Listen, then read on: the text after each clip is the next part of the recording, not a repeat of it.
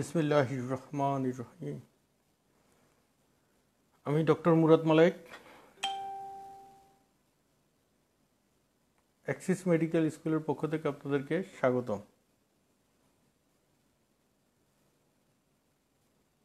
আমি associate professor orthopaedic surgery. আমি আপনাদের অ্যাক্সিস মেডিকেল অনেকগুলো ক্লাস নিয়েছি। ব্যস্ততার কারণে কিছু লেকচার আমার মিস হয়েছে। আজকে আমি একটি গুরুত্বপূর্ণ জিনিস পড়াবো, সেটা হচ্ছে জায়ান্ট সেল টিউমার। আমি বোন টিউমার শুরু করেছিলাম ইতিমধ্যে। বোন টিউমারের অনেকটুকু পড়ানো হয়েছে।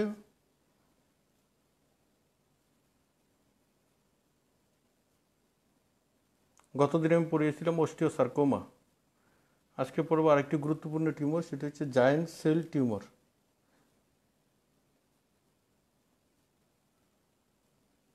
এটা আন্ডার গ্রাজুয়েট এবং পোস্ট গ্রাজুয়েট দুটি গ্রুপের জন্য খুবই গুরুত্বপূর্ণ। আমি একটু সময় নিচ্ছি, আপনারা সবাই আসুন এবং রেডি হন। আমি শুরু করব এখনই। Giant cell tumour. দেখুন, আমি ক্লাসিফিকেশনে যখন বোন টিউমার পড়েছিলাম তখনই পড়ানো হয়েছে যে জায়ান্ট সেল টিউমার এটা হলো আননোন অরিজিন। তাহলে এটার অরিজিন কি? এটা হলো আননোন অরিজিন, এবং এটা বিনাইন এবং মেলিগন্যান্ট দুইটা ভ্যারাইটি আছে। যদি বিনাইন হয় সেটাকে বলা হয় বিনাইন জায়ান্ট সেল টিউমার, এবং এটা যখন মেলিগন্যান্ট ট্রান্সফরমেশন হয় তখন এটাকে বলা হয় মেলিগন্যান্ট জায়ান্ট সেল টিউমার।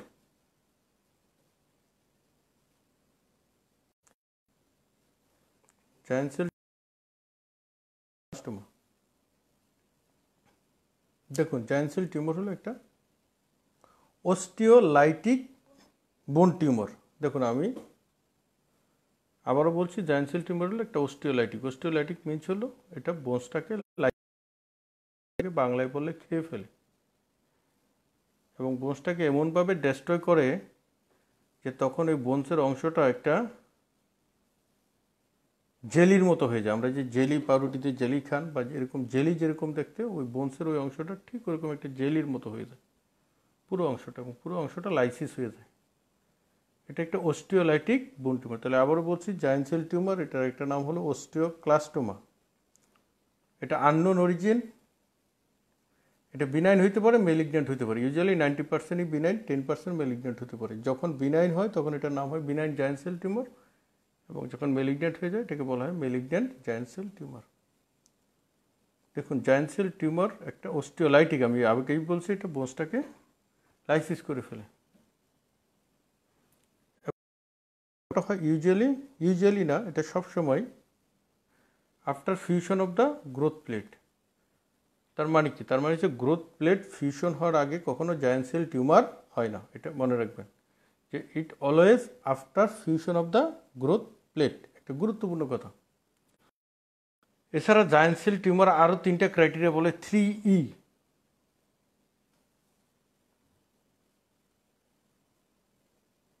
এটা এপিফাইশিয়াল, এক্সেন্ট্রিক, মানে এটা যদি বোনস হয় তাহলে এটার এক সাইডে হয়। এটা হলো এক্সেন্ট্রিক, এবং এক্সপেন্সাইল, অনেক বড় হয়ে যায়, এই জন্য এটাকে বলে এক্সপেন্সাইল। তাহলে 3টে জিনিস, একটা এটা এপিফাইশিয়াল, এক্সেন্ট্রিক এবং এক্সপেন্সাইল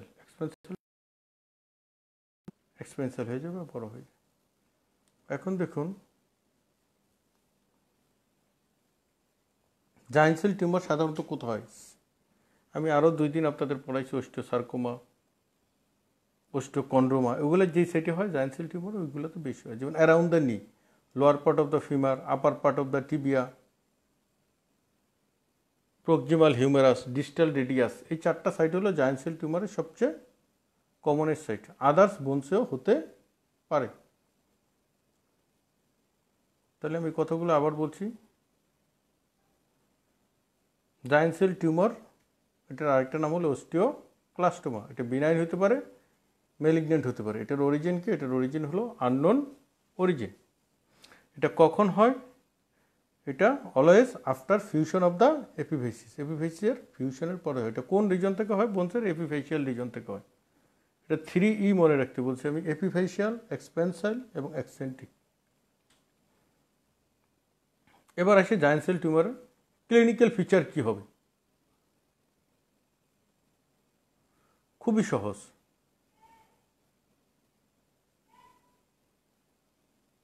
আমরা নর্মালি একটা টিউমারের যে ফিচার পাই সেগুলোই থাকবে। রোগীর পেইন থাকতে পারে, একটা সুইলিং থাকবে,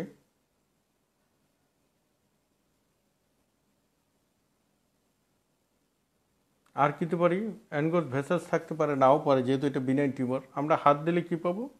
একটা রাউন্ডেড বা ওভাল শেপড একটা সুইলিং পাবো। এটার উপরের মার্জিনটা কী হবে? যেহেতু এটা বিনাইন সাধারণত স্মুথ হবে এবং ওভারলাইং স্কিন ফ্রি থাকবে, কিন্তু যেহেতু এটা bony origin always fixed with underlying structure. আর কি থাকে? রুগীরা ফ্র্যাকচার নিয়ে আসতে পারে, এবং এটাই সবচেয়ে কমন যে রুগীরা কী নিয়ে আসতে পারে? ফ্র্যাকচার নিয়ে আসতে পারে। কেন? যেহেতু এটা অস্টিওলাইটিক লিশন, বোনসটাকে যেহেতু লাইসিস করে ফেলে, এই জন্য রুগী একটা মাইনর ট্রমাতে বোনসটা ভেঙে যেতে পারে।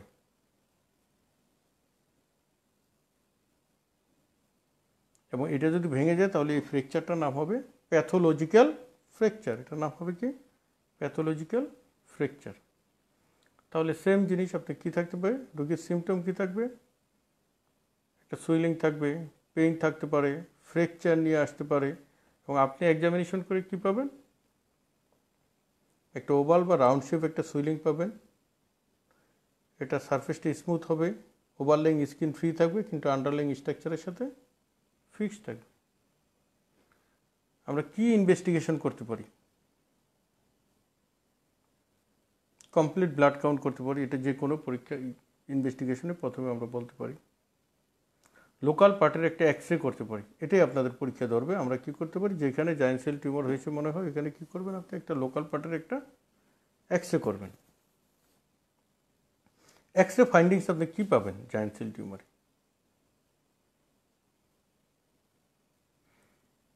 নাম্বার 1, একটা অস্টিওলাইটিক লিশন পাবো। কী পাবো আমরা? আমি আগেই বলেছি এটা একটা অস্টিওলাইটিক টিউমার। তাহলে নাম্বার 1 আমরা কী পাবো? একটা অস্টিওলাইটিক লিশন পাবো। কোন রিজনে পাবো? এপিফাইসিয়াল রিজনে পাবো। কোন রিজনে? এপিফাইসিয়াল রিজনে। এটা এক্সপেনসাইল থাকবে, এক্সেন্ট্রিক থাকবে, এগুলো আপনাদের আগে আমি বলে ফেলেছি। তাহলে অনেকগুলো ফিচার কিন্তু এখানেই হয়ে গেল। যে একটা কী পাবো আমরা? অস্টিওলাইটিক লিশন, এপিফাইসিয়াল রিজনে পাবো, এটা এক্সেন্ট্রিক এবং এক্সপেনসাইল টাইপ থাকবে।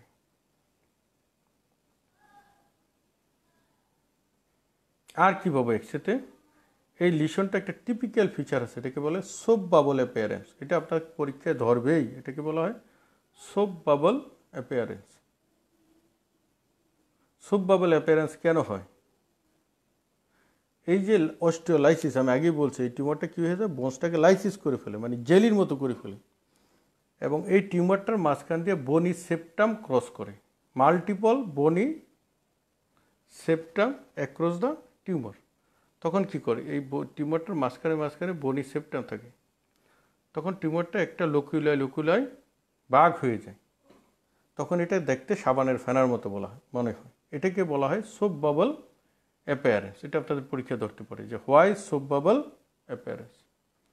Due to penetration of the tumour by multiple bony septum. একদম সিম্পল অ্যান্সার।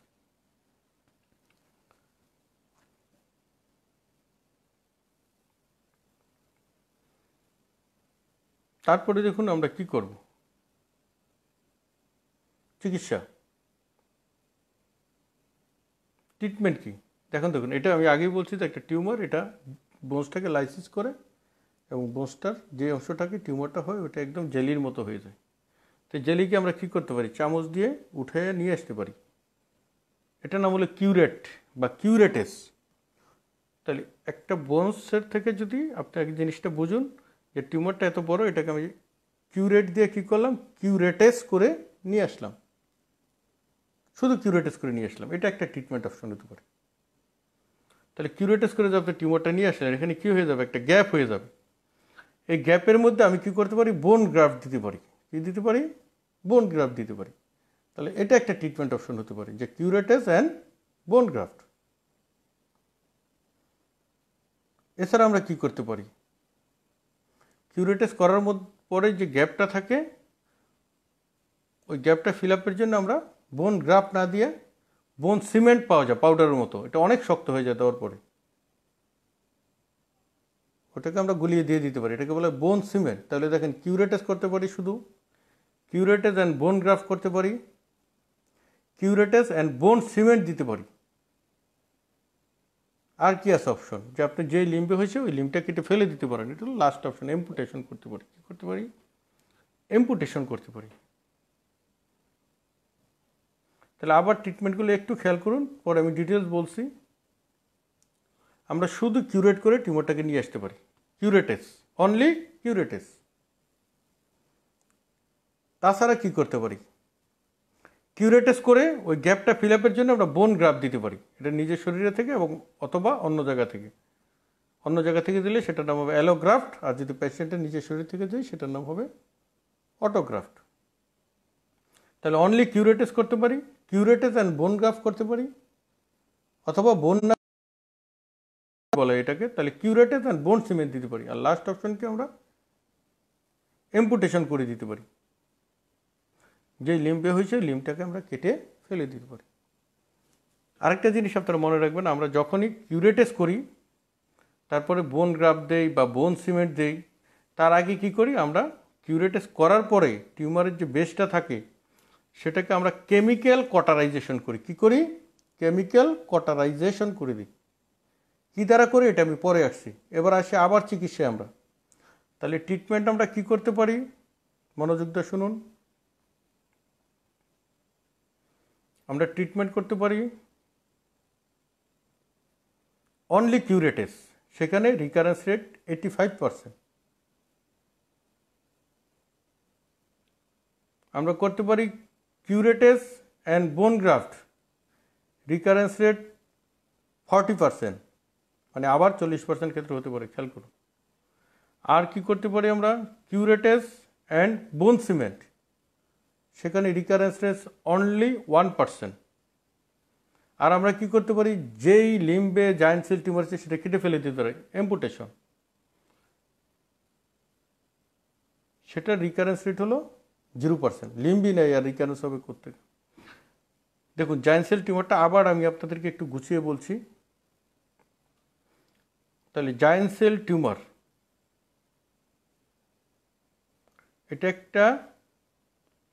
এটার আরেকটা নাম হলো অস্টিওক্লাস্টোমা। এটার অরিজিন হলো আননোন অরিজিন।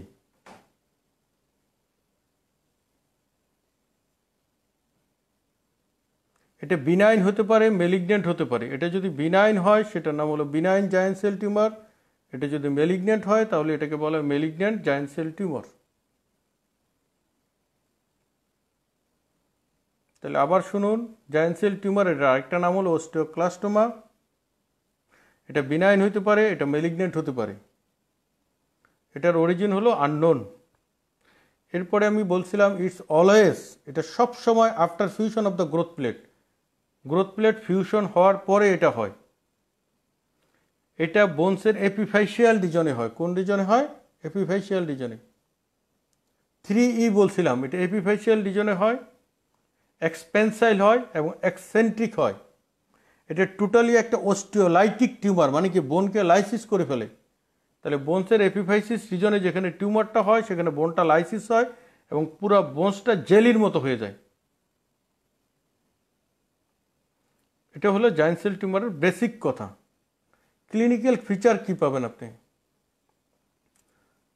সুইলিং পাবেন, একটা পেইন পাবেন, একটা ডিফর্মিটি পাবেন, হাত দিলে একটা ওভাল বা রাউন্ড শেপ সুইলিং পাবেন। যেহেতু এটা ইউজুয়ালি বিনাইন হয়, এটা সারফেসটা স্মুথ থাকবে, মার্জিন রেগুলার থাকবে, ওভারলাইং স্কিন ফ্রি থাকবে, but it fixed with underlying structure.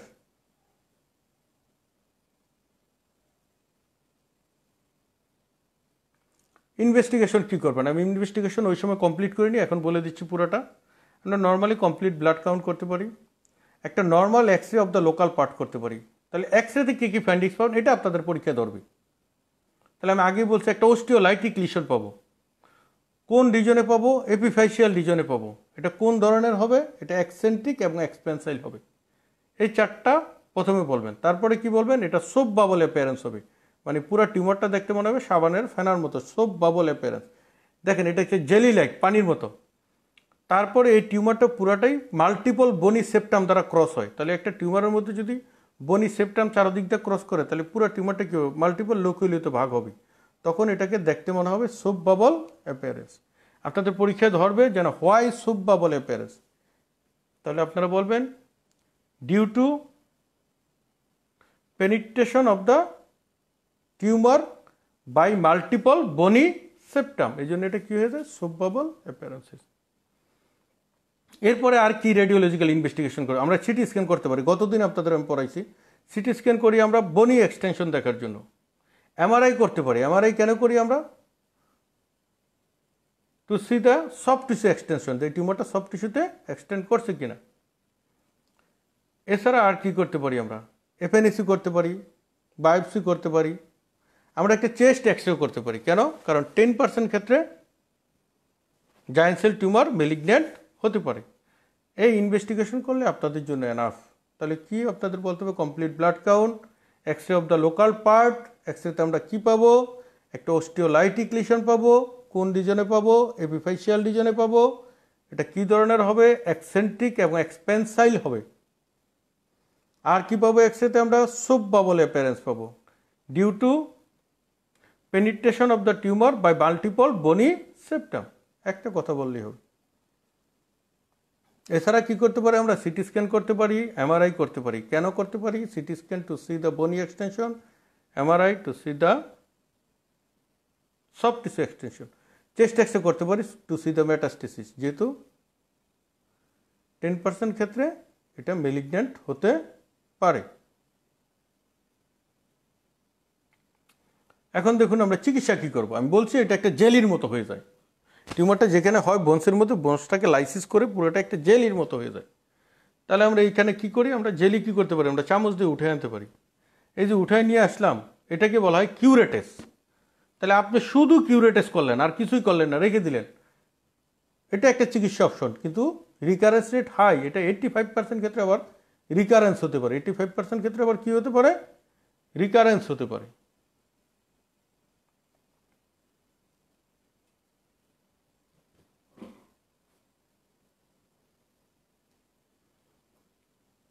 Second option, আপনি কিউরেটেস করলেন, তারপরে যে গ্যাপটা হয়ে গেলে গ্যাপটাতে আপনি বোন গ্রাফট দিয়ে দিতে পারেন। ইট মে বি অটোগ্রাফট অর অ্যালোগ্রাফট, অথবা আমরা অনেক সময় মিক্সড করে দিই, অটো এবং অ্যালো মিক্সড করে দিই। যাই হোক, কিউরেটেস অ্যান্ড বোন গ্রাফট, এই ক্ষেত্রে রিকারেন্স রেট 40%। এছাড়া আমরা কি করতে পারি? কিউরেটেস, তারপর এখানে কি দিয়ে দিতে পারি? বোন সিমেন্ট দিয়ে দিতে পারি। এক ধরনের বোন সিমেন্ট পাওয়া যায় পাউডারের মতো, ওটাকে আপনি যখন ওটার ভিতরে দিয়ে দিবে সেটা অনেক শক্ত হয়ে যায়, এবং এটা রিকারেন্স রেট অনলি 1%। আপনাদের আন্ডার গ্রাজুয়েটে এই বোন সিমেন্টের কম্পোনেন্ট এগুলো জানা দরকার নেই। আপনারা শুধু মনে রাখবেন only curettage recurrence rate 85%, curettage and bone graft recurrence rate 40%, curettage and bone cement recurrence rate only 1%। Amputation মানে যেই লিম্পে হয়েছে লিম্পটা আপনি কেটে ফেলে দেন, তাহলে রিকারেন্স রেট 0%। লিম্বই নেই আর রিকারেন্স হবে কীভাবে? এখন আমি বলছি বোন গ্রাফট এবং বোন সিমেন্ট দেওয়ার আগে আমরা কি করি? টিউমারের যে বেসটা সেটাকে আমরা কেমিক্যাল কটারাইজেশন করি, এতে রিকারেন্স রেট আরও কমে যায়। এই যে কেমিক্যাল কটারাইজেশন, এটা আপনারা একটু শুনে রাখুন কী দ্বারা করি। 5% ফেনল এবং 70% অ্যালকোহল মিক্সড করা হয়। কী কী মিক্সড করা হয়? 5% ফেনল এবং 70% অ্যালকোহল। কোন রেশিওতে মিক্সড করা হয়? 1:3। তার মানে ফেনল নেবেন আপনি 1 আর অ্যালকোহল নেবেন 3। আমরা সাধারণত নিয়ে এলো 5 ml ফেনল এবং 15 ml অ্যালকোহল, 1:3। এটাকে মিক্সড করে তারপরে আপনার কটন বাড দিয়ে ওই বেসটাকে পোড়ায় দেওয়া হয়, যাতে টিউমার সেলগুলো সব ডেস্ট্রয় হয়ে যায়। এটুকু জেনে রাখুন, এটাকে বলা হয় কেমিক্যাল কটারাইজেশন। আরেকটু জিনিস আমি আলাপ করে লেকচার শেষ করে দেব। সেটা হচ্ছে বোন গ্রাফটের সুবিধা কী এবং বোন সিমেন্টের সুবিধা কী এবং অসুবিধা কী। যদি আমরা কিউরেটেস করে বোন গ্রাফট দিই সেটা সুবিধা কী? সুবিধা হলো বোন গ্রাফটটা বায়োলজিক্যাল, মানে এটা আপনার শরীরের একটা অংশের মতো এটা মিলে যাবে। 2 নম্বর হলো এটা বোন গ্রাফট যদি আমরা দেই এটা ইন্ডাকশন করে, মানে কি ওইখানে বোনস তৈরি করতে সাহায্য করে।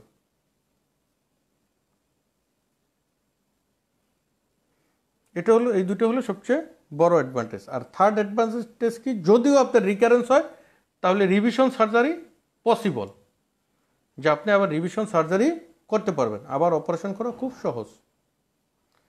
বোন গ্রাফটের সুবিধা হলো এটা, যেটা কি করে বোন ইন্ডাকশন করে, মানে কি ওইখানে বোনস তৈরি করে, এবং এখানে যদি রিকারেন্স হয় তাহলে আপনি সহজে এটা আবার অপারেশন করতে পারবেন। এখন দেখেন বোন গ্রাফটের ডিসঅ্যাডভান্টেজ কি। একটা ডিসঅ্যাডভান্টেজ হলো এখানে রিকারেন্স রেট অনেক বেশি, 40%। সেকেন্ড ডিসঅ্যাডভান্টেজ হলো যদি রিকারেন্স হয় তাহলে আর্লি স্টেজে এটা ডায়াগনোসিস করা যায় না বোন গ্রাফট থাকা অবস্থায়। আর থার্ড ডিসঅ্যাডভান্টেজ হলো বোন গ্রাফটে ইনফেকশন হতে পারে। ফোর্থ ডিসঅ্যাডভান্টেজ হলো গ্রাফট রিজেকশন হতে পারে, যদিও সম্ভাবনা খুব কম। এগুলো হলো ডিসঅ্যাডভান্টেজ।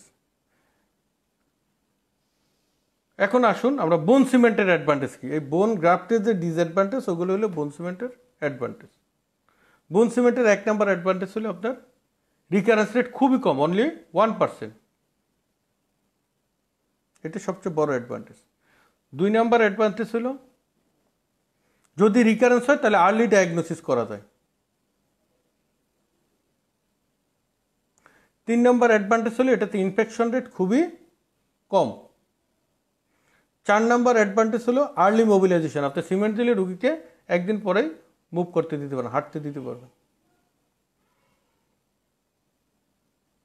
বোন সিমেন্টের ডিসঅ্যাডভান্টেজ কি? সবচেয়ে বড় ডিসঅ্যাডভান্টেজ হলো যদি রিকারেন্স হয় তাহলে রিভিশন সার্জারি খুবই ডিফিকাল্ট, মানে পরবর্তীতে এটা অপারেশন করা খুবই ডিফিকাল্ট। এটুকু মনে রাখুন আপনার আর কিছু। এবং এটা জয়েন্টের কাছাকাছি হলে আর্লি অস্টিওআর্থ্রাইটিস করে দিতে পারে। তাহলে আপনারা যেটা মনে রাখবেন যে বোন সিমেন্টের সবচেয়ে বড় ডিসঅ্যাডভান্টেজ হলো এটা রিভিশন সার্জারি খুবই ডিফিকাল্ট। একবার যদি সিমেন্ট দেন এবং রিকারেন্স হয় তাহলে সেটা আবার রিভিশন সার্জারি খুব ডিফিকাল্ট, অ্যাম্পুটেশন করে ফেলতে হয়।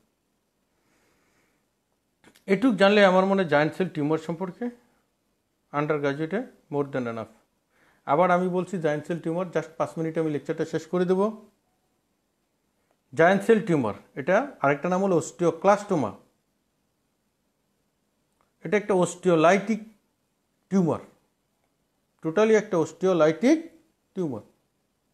এটা বিনাইন হতে পারে, এটা মেলিগনেন্ট হতে পারে। এটা কোন রিজনে হয় বোনসের? এপিফাইশিয়াল রিজনে হয়। আরও দুটো বলছি, 3, এক্সপেন্সাইল এবং এক্সেন্ট্রিক। এটা কোন সাইটে হয়? সাধারণত lower part of the femur, upper part of the tibia, proximal humorous, distal radius. আগে টিউমারগুলো এই সাইটগুলোতে কমন ছিল। ক্লিনিক্যাল ফিচার কী হতে পারে? একটা সুইলিং থাকবে, পেইন থাকবে, ডিফর্মিটি থাকতে পারে। আর যেহেতু এটা অস্টিওলাইটিক একটা লিশন, মানে বোনসকে খেয়ে ফেলে, তার মানে রুগী ফ্র্যাকচার নিয়ে আসতে পারে। এটা পরীক্ষা বলতেই হবে যে রুগী কী নিয়ে আসতে পারে, ভাঙা নিয়ে আসতে পারে। আপনি এক্সামিনেশন করলে কী পাবেন? বিনাইন টিউমারের যে ফিচার, সারফেসটা স্মুথ হবে, মার্জিনটা রেগুলার হবে, ফার্ম কনসিস্টেন্সি হবে, ওভারলেইং স্কিন ফ্রি থাকবে এবং আন্ডারলেইং স্ট্রাকচারের সাথে ফ্রি থাকবে। কেন? কারণ যেহেতু এটা অরিজিন হলো বনি অরিজিন। ইনভেস্টিগেশন কী করবেন? কমপ্লিট ব্লাড কাউন্ট করতে পারি, লোকাল পার্টের একটা এক্সরে করতে পারি। এক্সরেতে আমরা কী কী ফিচার পাবো? নাম্বার 1, অস্টিওলাইটিক লিশন পাবো, মানে কি বোনসটা দেখবে একদম খেয়ে ফেলছে, কালো হয়ে গেছে ম্যাগের মতো, একদম জেলির মতো হয়ে যায় বোনস। নাম্বার 2 কী পাবো? এটা এপিফেশিয়াল লিশনের লিশনটা, রিজনে এপিফেশিয়াল লিশনে। এটা কী ধরনের লিশন হবে? এক্সেন্ট্রিক এবং এক্সপেন্সাইল।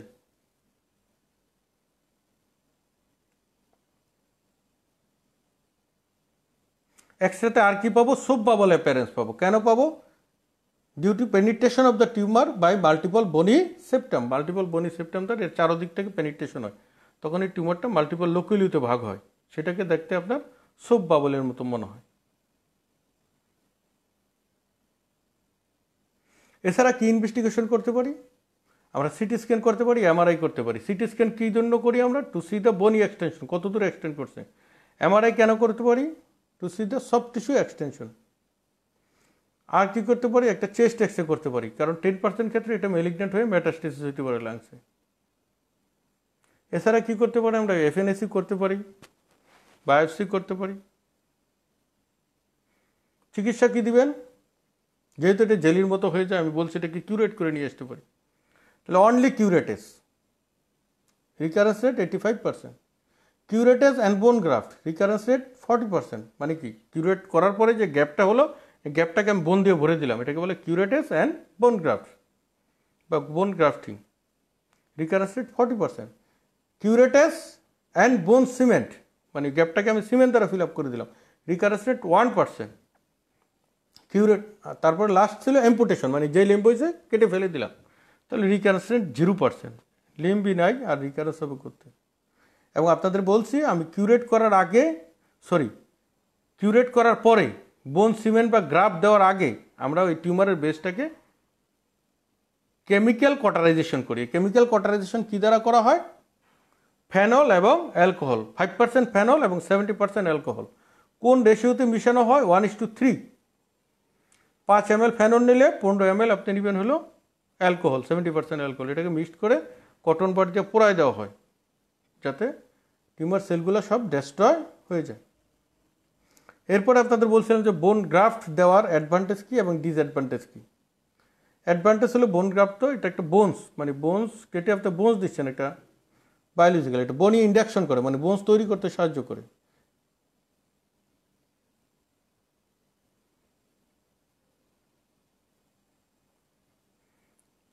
এই জন্য আমরা বোন গ্রাফটটা দিতে পারি, এটার হলো অ্যাডভান্টেজ। এবং বোন গ্রাফটের আরেকটা অ্যাডভান্টেজ হলো যদি রিকারেন্স হয় তাহলে রিভিশন সার্জারি খুব ইজিলি আবার করা যায়। ডিসঅ্যাডভান্টেজ কি? ডিসঅ্যাডভান্টেজ হলে আপনি আর্লি মুভমেন্ট দিতে পারবেন না বোন গ্রাফট দিলে, গ্রাফট রিজেকশন হতে পারে, ইনফেকশন হতে পারে, এবং আর্লি রিকারেন্স হলে আর্লি অবস্থায় বোঝা যায় না। আর বোন সিমেন্টের অ্যাডভান্টেজ কি? বোন সিমেন্টের অ্যাডভান্টেজ হলে আপনি আর্লি মুভমেন্ট দিতে পারবেন, রিকারেন্স রেট খুব কম, 1%।